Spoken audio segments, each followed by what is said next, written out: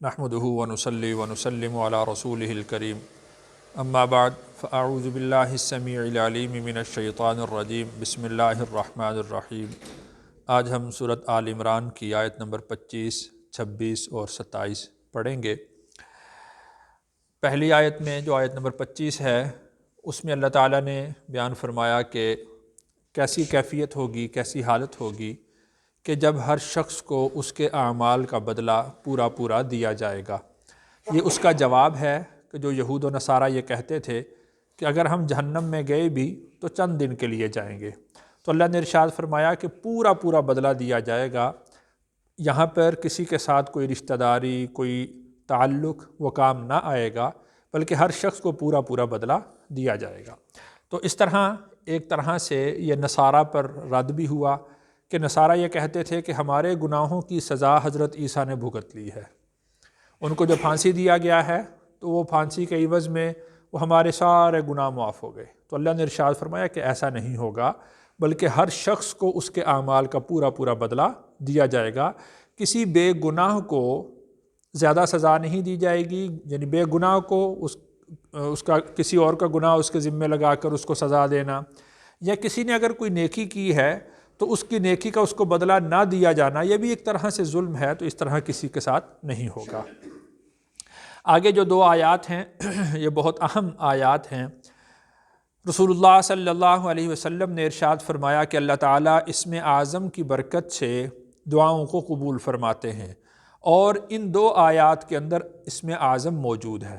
تو جو آدمی ان دو آیات کی تلاوت کے بعد دعا کرے گا تو انشاءاللہ اللہ کی رحمت سے امید ہے کہ اللہ تعالیٰ اس کی دعاؤں کو قبول فرمائیں گے۔ اسی طرح حضرت معاذ بن جبل رضی اللہ عنہ ایک صحابی ہیں، ایک دفعہ رسول اللہ صلی اللہ علیہ وسلم نے دیکھا کہ وہ نماز میں نہیں ہیں، تو آپ علیہ السلام نماز کے بعد ان کا پتہ کرنے کے لیے گئے، تو آپ نے ارشاد فرمایا کہ تم نماز میں نہیں تھے، میں نے تمہیں دیکھا۔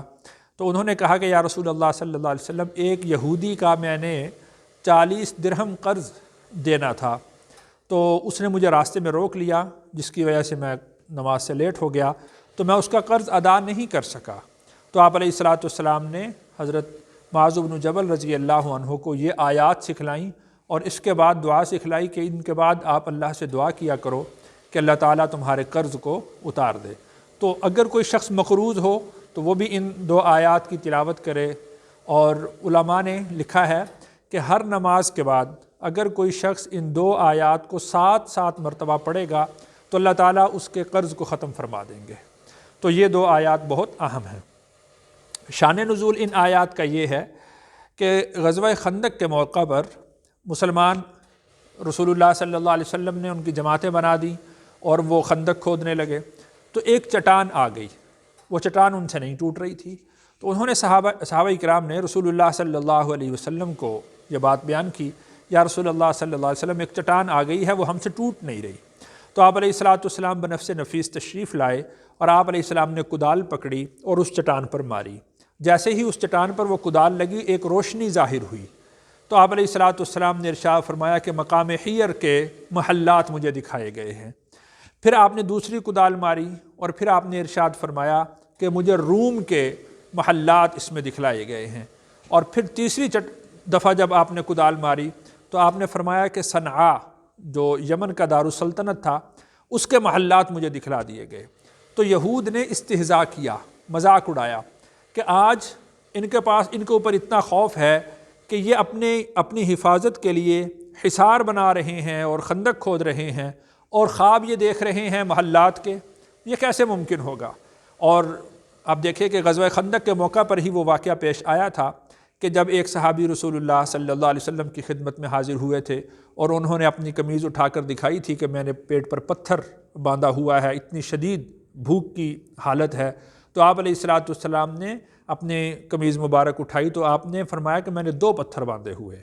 تو یہود یہ کہتے تھے کہ ادھر ایک طرف اتنا بھوک ہے، افلاس ہے، اور دوسری طرف یہ خواب دیکھ رہے ہیں محلات کے، یہ کیسے ممکن ہے؟ تو اللہ تعالیٰ نے رسول اللہ صلی اللہ علیہ وسلم پر یہ آیات نازل فرمائیں کہ بادشاہت کس کے قبضہ میں ہے؟ اللہ کے قبضے میں۔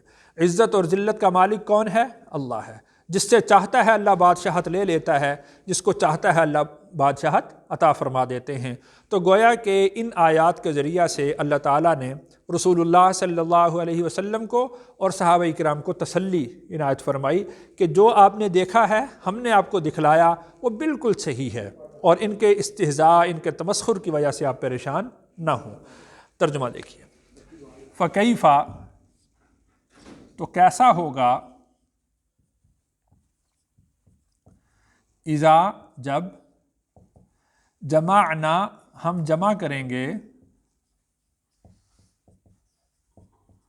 ہم، ان کو، لیومن، ایسے دن، لا ریب فی، نہیں ہے کوئی شک اس میں، ووفیت، اور پورا پورا دیا جائے گا، کل نفس، ہر شخص، ما کسبت، جو اس نے کمایا، وہم، اور وہ، لا یظلمون، ظلم نہ کیے جائیں گے۔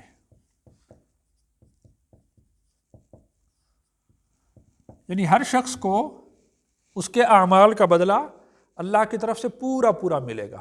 ایسا نہیں ہوگا کہ کسی آدمی نے کوئی گناہ نہ کیا ہو اور اس کے سر وہ گناہ لگا دیا جائے، یا اس طرح نہیں ہوگا کہ اگر کسی شخص نے کوئی نیکی کی ہے اور اس کی نیکی کا وزن نہ کیا جائے، اس کو شمار نہ کیا جائے، ایسا نہیں ہوگا۔ وَهُمْ لَا يُظْلَمُونَ، کسی پر کوئی ظلم بھی نہیں کیا جائے گا۔ قل، آپ فرما دیں، اللہم، اللہ ہی، مالک الملک، بادشاہت کا مالک ہے،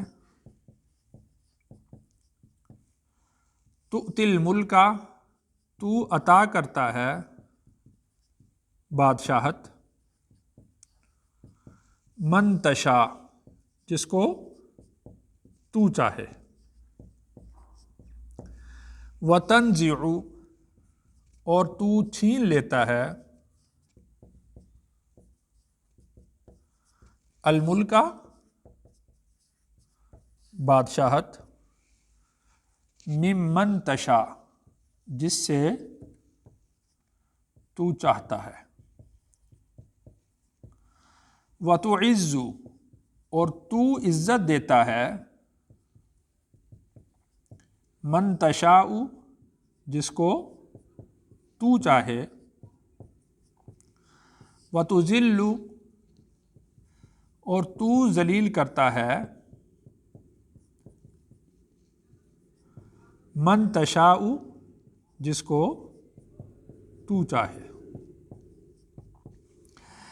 دراصل جو یہود تھے وہ بڑے عرصے سے بادشاہت کرتے آ رہے تھے، ان میں بادشاہت چل رہی تھی، اور چونکہ وہ مذہبی طور پر بھی پیشوا تھے لوگوں کے، تو مذہبی اعتبار سے بھی اور سیاسی اعتبار سے بھی تسلط یہود کا تھا، اور وہ یہ سمجھتے تھے کہ یہ بادشاہت، یہ سلطنت، یہ تسلط ہمیشہ قائم رہے گا ہمارا۔ تو اللہ تعالیٰ نے ان کو یہ ارشاد فرمایا کہ آپ ان کو کہہ دیں، قل اللہم، آپ فرما دیں کہ اے اللہ، مالک الملک، تو ہی بادشاہوں کا بادشاہ ہے، ساری بادشاہت کا مالک وہ تو ہی، تیرے پاس ہی ہے، تو ہی ساری بادشاہت کا مالک ہے۔ تؤتی الملک من تشاء، جس کو تو چاہے وہ بادشاہت عطا کر دے، وتنزع الملک ممن تشاء، اور جس سے تو چاہے وہ بادشاہت کو چھین لے۔ تو اللہ تعالیٰ عزت کے نقشوں سے ذلت اور ذلت کے نقشوں میں عزت عطا فرما دیتے ہیں، بادشاہت کے نقشوں میں فقیری اور فقیری کے نقشے میں اللہ تعالیٰ بادشاہت عطا فرما دیتے ہیں۔ تو بیدک الخیر، بیدک الخیر، تیرے ہاتھ میں خیر ہے۔ خیر کس کے ہاتھ میں؟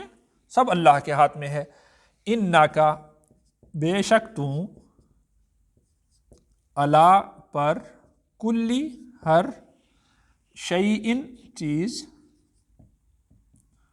قدیر، قادر ہے۔ اللہ تعالیٰ ہر چیز پر قادر ہے، عزت کے نقشوں میں ذلیل کر دیں اور بظاہر ذلت کے نقشوں میں اللہ تعالیٰ عزت عطا فرما دیں۔ تو اللہ تعالیٰ کے اختیار میں ہے، اللہ کے قبضہ میں سب کچھ ہے، تو لہٰذا کسی کو گھمنڈ نہیں کرنا چاہیے کسی چیز پر کہ میرے پاس اتنا مال و اسباب ہے، میرے پاس یہ حکومت ہے، میرے پاس یہ عہدے ہیں، میرے پاس اتنے لوگ ہیں، کسی چیز پر کوئی گھمنڈ نہیں ہونا چاہیے۔ اللہ تعالیٰ ایک لمحہ میں سب ڈھیر کر دیتے ہیں، ایک لمحہ کے اندر اللہ تعالیٰ سب ختم کر دیتے ہیں۔ تولج اللیل، تولج تو داخل کرتا ہے،